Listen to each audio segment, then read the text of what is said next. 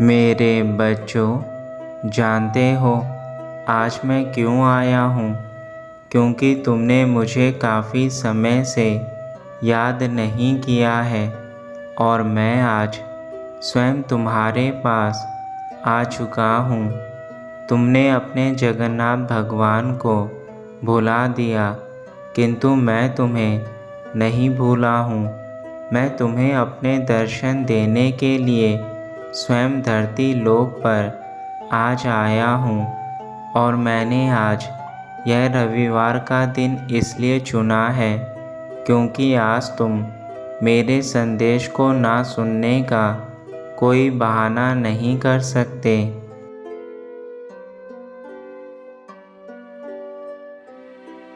मैंने तुम्हें वह सब कुछ दिया जो तुमने मेरे मंदिर में आकर मुझसे मांगा, किंतु तुमने मुझे आज इतना अकेला कर दिया है कि तुमने मुझे याद करना ही छोड़ दिया।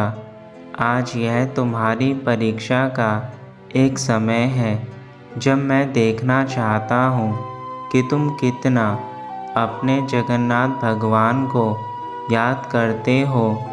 मुसीबत के समय में मैंने हमेशा तुम्हारी सहायता की है और बदले में तुमसे केवल मेरी थोड़ी भक्ति चाही।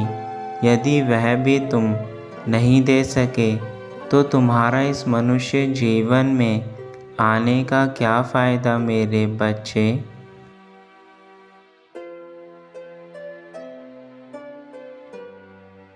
तुम यह बात जानते हो कि यदि ईश्वर तुम्हारा साथ देते हैं तो तुम्हारा कर्तव्य भी बनता है कि तुम उनका धन्यवाद करो, किंतु तुमने धन्यवाद के स्थान पर अपने भगवान को ही भुला दिया।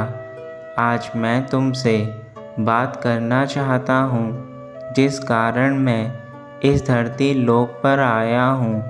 इस संदेश के माध्यम से मैं तुमसे जुड़ना चाहता हूँ। यदि तुम मुझ पर विश्वास करोगे तो मैं तुम्हें जीवन में सारी खुशियाँ दूंगा।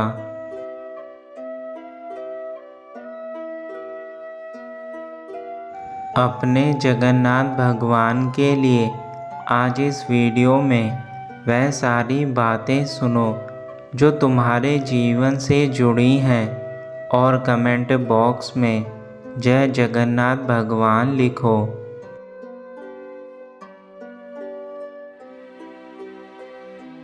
तुम्हारे आसपास जो लोग हैं उनसे ही तुम्हारी दुनिया बनती है, लेकिन सबसे बड़ी बात यह है कि तुम अपने आसपास के लोगों के साथ किस प्रकार से रहते हो। यदि तुम उन लोगों के साथ केवल अपने जीवन को मौज मस्ती के लिए बिताते हो तो मेरे बच्चे, यह मौज मस्ती तुम्हारे जीवन को खराब कर देगी। परंतु यदि तुम अपने जीवन को मौज मस्ती के स्थान पर छोड़कर अपने भविष्य के लिए अपने समय का इस्तेमाल करते हो तो वह तुम्हें सदा अच्छे मुकाम पर लेकर जाएगी।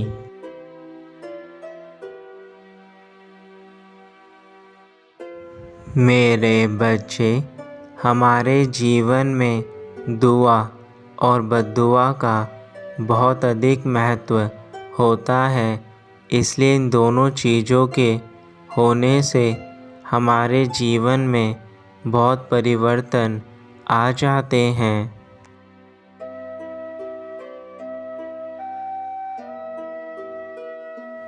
तुम जब भी कोई कार्य करो तो उसे हमेशा पूर्ण निष्ठा और ईमानदारी के साथ करो। यदि तुमने कभी किसी प्रकार का गलत कार्य किया और उस कार्य से किसी व्यक्ति को कोई हानि होती है तो वह व्यक्ति गुस्से में तुम्हें बद्दुआ दे देता है, जिसके कारण तुम्हें जीवन में बहुत सी तकलीफ़ों का सामना करना पड़ता है।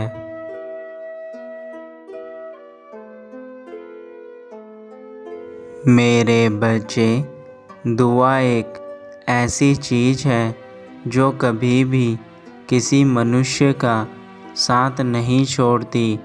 इसलिए अपने जीवन में हमेशा नेक कार्य करो। अच्छे कार्य करने से तुम्हें हमेशा दुआ ही प्राप्त होगी और उन दुआओं के प्रभाव से तुम्हारा पूरा जीवन संवर जाएगा तथा तुम जो भी चाहते हो वह तुम्हें शीघ्र ही प्राप्त हो जाएगा।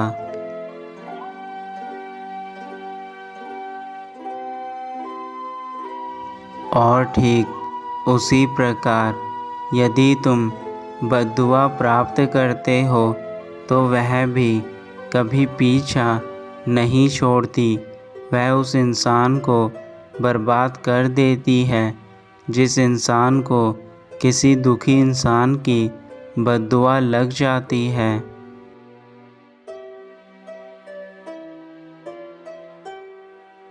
तुम अपने जीवन में जो दोगे वही तुम्हें लौटकर आएगा। यानी जिस प्रकार के तुम कार्य करोगे उसका फल भी तुम्हें उसी प्रकार के प्राप्त होंगे। जैसे तुम यदि आम का पेड़ लगाओगे तो तुम्हें फल के रूप में आम ही प्राप्त होंगे, और यदि बबूल का पेड़ लगाओगे तो तुम्हें बबूल ही प्राप्त होंगे।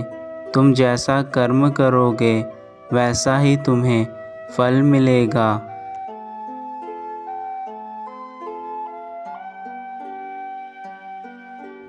यदि तुम सामने वाले की इज्जत करोगे तो तुम्हें फलस्वरूप अपनी भी इज्जत दूसरों से प्राप्त होगी, और यदि तुम किसी को धोखा दोगे तो तुम्हें भी एक ना एक दिन किसी न किसी रूप में धोखा अवश्य मिलेगा। इसलिए मेरे बच्चे, तुम जैसा चाहते हो वैसा ही कर्म दूसरों के साथ करो।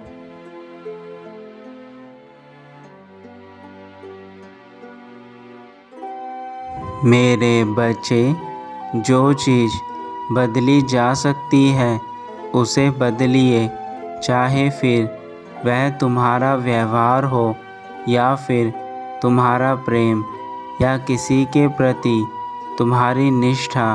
लेकिन यह बदलाव हमेशा सकारात्मक होने चाहिए जो दूसरे लोगों को फ़ायदा पहुँचाए।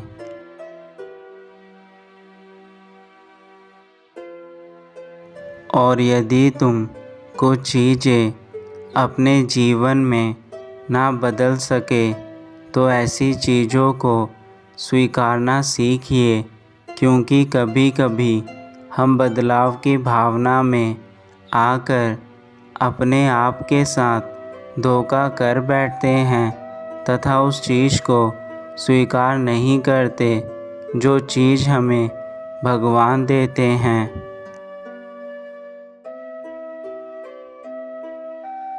यदि कभी तुम्हें ऐसा लगे कि तुम्हारे साथ कुछ गलत हो रहा है तथा तुम्हें वह चीज़ें स्वीकार करनी पड़ रही है जो तुम्हारे लिए सही नहीं है, जो तुम्हारे जीवन को और भी ज़्यादा कष्टदायी बना देगी, तो ऐसी चीज़ों को अपने जीवन से दूर कर दो।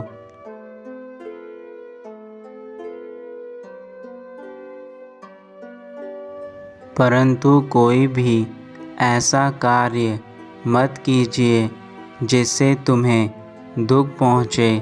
हमेशा खुद को खुश रखिए।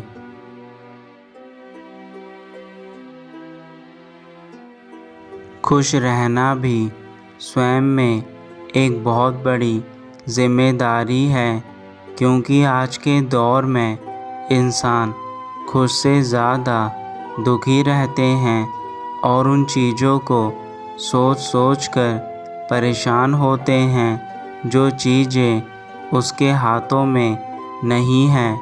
कुछ चीज़ें केवल भगवान ही समझ सकते हैं। परंतु मेरे बच्चे, तुम उन चीज़ों को सोचकर भी परेशान रहते हो जो केवल भगवान के हाथों में है।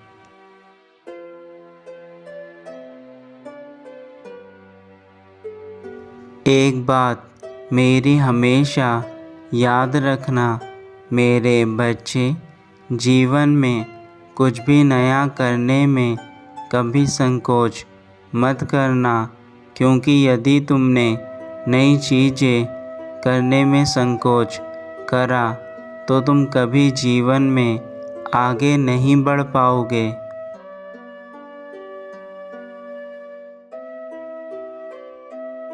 किसी नए कार्य को करने से पूर्व ही यह मत सोचना कि तुम उस कार्य को करने से हार जाओगे।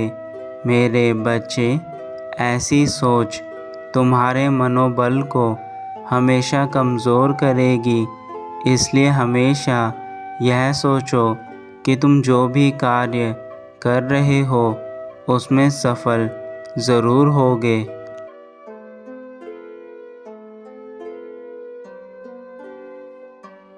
हार तो वो होती है जब इंसान स्वयं से हार जाता है। उसके अतिरिक्त हार का दूसरा नाम कुछ भी नहीं है। यदि तुम कोशिश करके हार रहे हो तो उस हार में भी तुम्हारी जीत है। परंतु यदि कोशिश करने से पहले ही तुमने हार मान ली तो वह हार तुम्हारी हार के साथ साथ तुम्हारे आत्मविश्वास की हार है, तुम्हारे मनोबल की हार है, और ऐसी हार तुम्हें कभी जीवन में आगे नहीं बढ़ा सकती।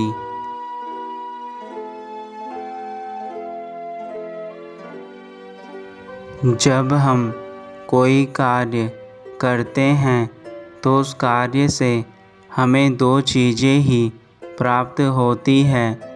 या तो तुम्हें उस कार्य में जीत मिलेगी या उस कार्य से सीख।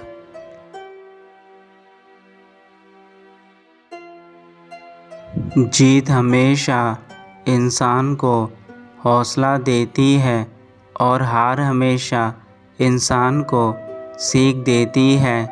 मेरे बच्चे, जो इंसान हार के अपने जीवन में सीख लेते हैं वह सदा आगे बढ़ते हैं। परंतु जो इंसान केवल हारने के बाद स्वयं को कमज़ोर समझ लेते हैं वह जीवन में कभी आगे नहीं बढ़ पाते हैं। इसलिए सबसे बड़ा कार्य तुम्हारा स्वयं पर विश्वास करना है, जो केवल तभी संभव है जब तुम अपनी हार में भी अपनी जीत को ढूंढो।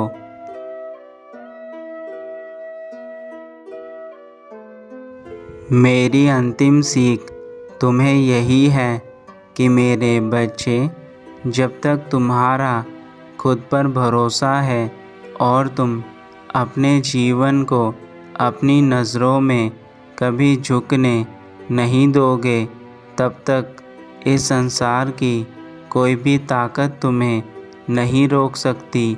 फिर चाहे वह ताकत कितनी ही बुरी क्यों ना हो। मेरे बच्चे, तुम्हारे अंदर अनेकों शक्तियाँ हैं जो तुम्हें दूसरों से अलग करती है। बस केवल तुम्हें उन शक्तियों को पहचानने की आवश्यकता है।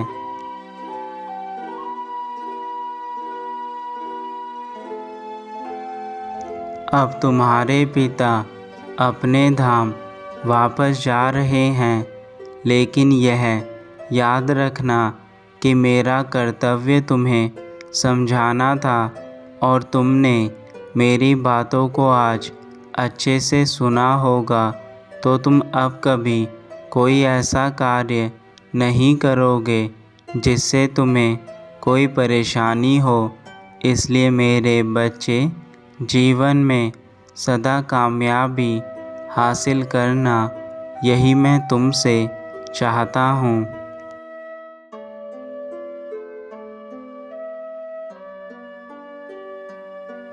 तुम्हारा कल्याण हो मेरे बच्चे, सदा खुश रहना।